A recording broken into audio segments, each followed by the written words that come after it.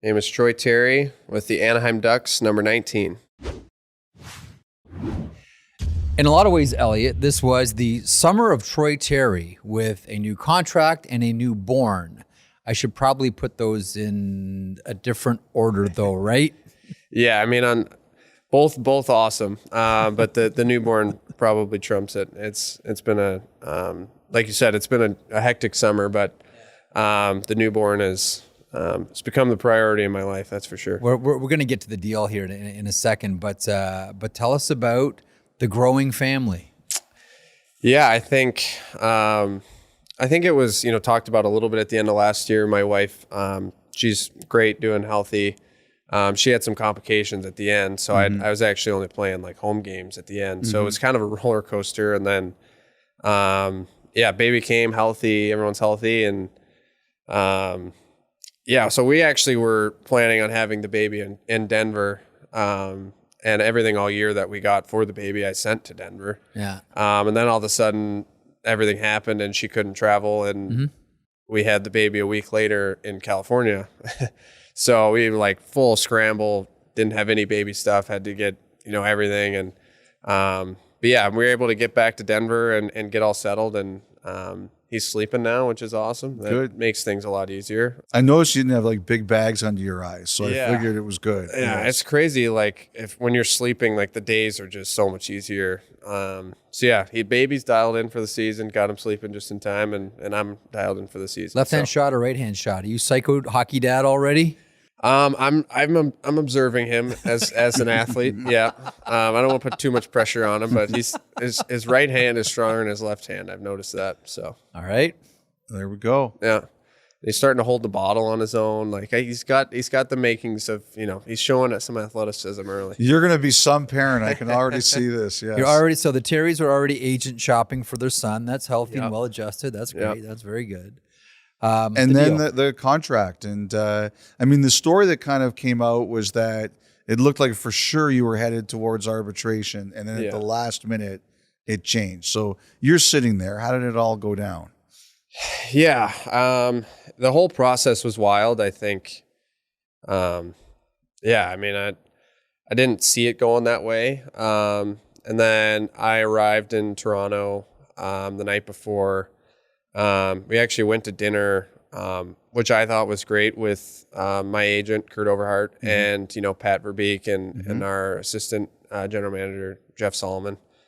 I think it's his title, but Jeff Solomon. And then and it was kind of wild because I think it was great, but Kurt told them we don't want to talk about the contract at all. We don't talk about any of it. We just want to go to dinner, which, I felt just kind of, put everything aside and kind of just let us, be humans with each other and just go to dinner. And it was actually like a great night to just, not think about it and just, have, personal relationship and personal conversations with Pat and that side of. Was it awkward at all, or were there any I thought it was going to be, but it wasn't. I mean, it was nice to kind of do that, and then it was wild. It was like you left dinner, and then it was like a flip switched. It was back to like business and everything, and I was just kind of in my hotel room, just kind of waiting to hear anything going on, and made it to the next morning, and I had my suit on and was down there, meeting the lawyers, and the whole process was. It was more than I expected it to be. I mean, the amount of people that were there's college students that are there to like witness and, learn and observe and just like the amount of people that were there for it and everything. It was definitely a wild experience. What was that feeling like where, literally like Elliot mentions, you're feeling like, okay, we're walking into that room to a 7-year contract at $49 million. Yeah. I would have. Did it come out of nowhere? When did they say to you, "Okay, we're going to put this on the table"? Yeah, I think everything kind of materialized in the morning. Like the hearing was supposed to be at 9:30, and I think the real discussions probably started around like 8 or 9 in the morning. So and you can push the hearing back, obviously. But yeah, I was pretty prepared to go into the hearing that morning, and then probably around like 8 or 9, it became evident that I think we might like be able to get something done. And then it takes a while. Like, I think we didn't, sign it or agree officially until probably closer to like 1. So it was a process, but there was definitely a time in the morning where you realize, and it's not that I knew the whole time that they wanted to get something done. And, I've made it clear to them that I wanted to stay in Anaheim and I, believe in what's going on there. And I wanted to stay. My family loves it there. And so there was a time in the morning for sure when it kind of switched. But there was also a time in the morning where I was, even sitting in the room, waiting. So like it was just a wild morning for sure. I'm always curious about this because like you're much younger than I am, but when I was your age, like I wouldn't negotiate any of my own contracts. I took it so personally. And I've talked to players who've been through arbitration.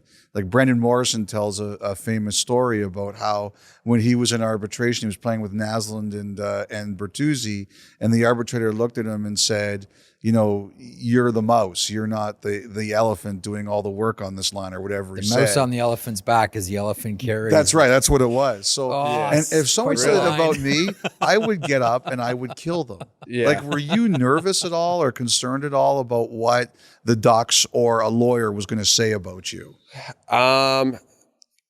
Yeah, I mean, like, not that I couldn't take it. I just like, I realized that, if we got to that point that it doesn't always, it can have like negative, impacts on relationships and all that. And I knew that they didn't want to go to that and they knew that I didn't want to.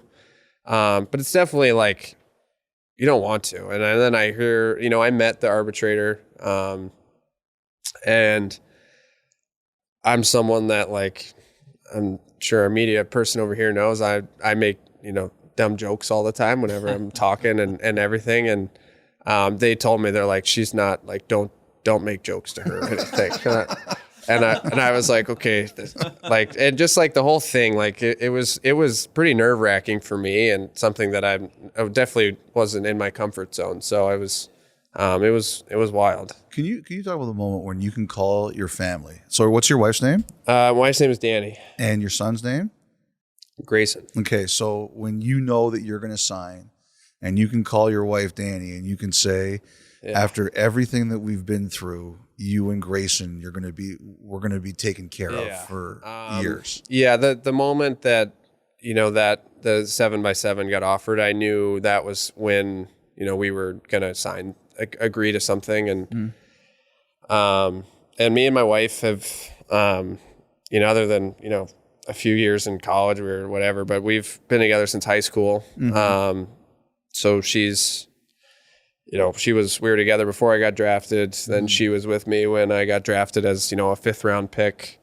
So, she's really been there through a lot with me and then getting married and then all of a sudden having a kid. And then, like it's crazy. I'm curious, like if I didn't have how my mind would have worked in the whole thing if I didn't have, a newborn son, because, it's so much of what you're thinking about is all of a sudden changed. And, but yeah, the moment that I got to, step aside and call her, cause that contract offer was, very different than what I had, before that. So, being able to just tell her, and she started crying immediately. And then, if she starts crying, then I'm like, I've started to cry. I'm like, don't. Then you got to go back and see Kurt. And then I got to go back and see Kurt. And he's like, we're going to ask for more. I'm like, yeah.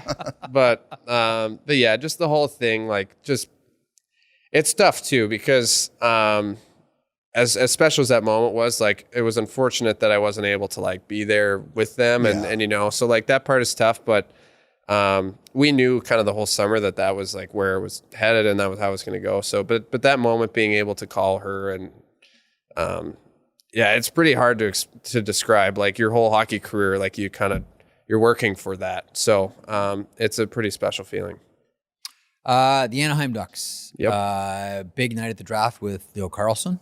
I think we look at Anaheim and we look at, you look at the prospects on the blue line, like it's a murderer's row. All 3 CHL teams, defensemen of the year, are all property of the Anaheim Ducks. Like we can all see where this is heading. Yep. Do you have in your mind a sort of timeline where this is all going to come together? Because when it does, like, not exactly a secret, you're going to be a big part of it. But do you have a kind of idea of like where this whole thing is going and how quick you're going to get there? Yeah, it's hard to say. I think, the young guys that we have, like Jamie Drysdale, I feel hasn't been talked about probably enough because he was missed all of last year. But he's a player that I think I'm really excited about to have. He's only had really one full year. And so like he's a guy I'm excited about that I think, will take a big step into being a great NHL player this year. Yeah. Like Mason McTavish, I think he's a stud. I think he takes another step. And then like Z, he's, already proven himself. He's a high-end hockey player. And so I think we have, some young guys that I expect to, and myself, like I think I have, another step to take too. And I think we have guys that are ready to, take a next step and be more impact players like this year.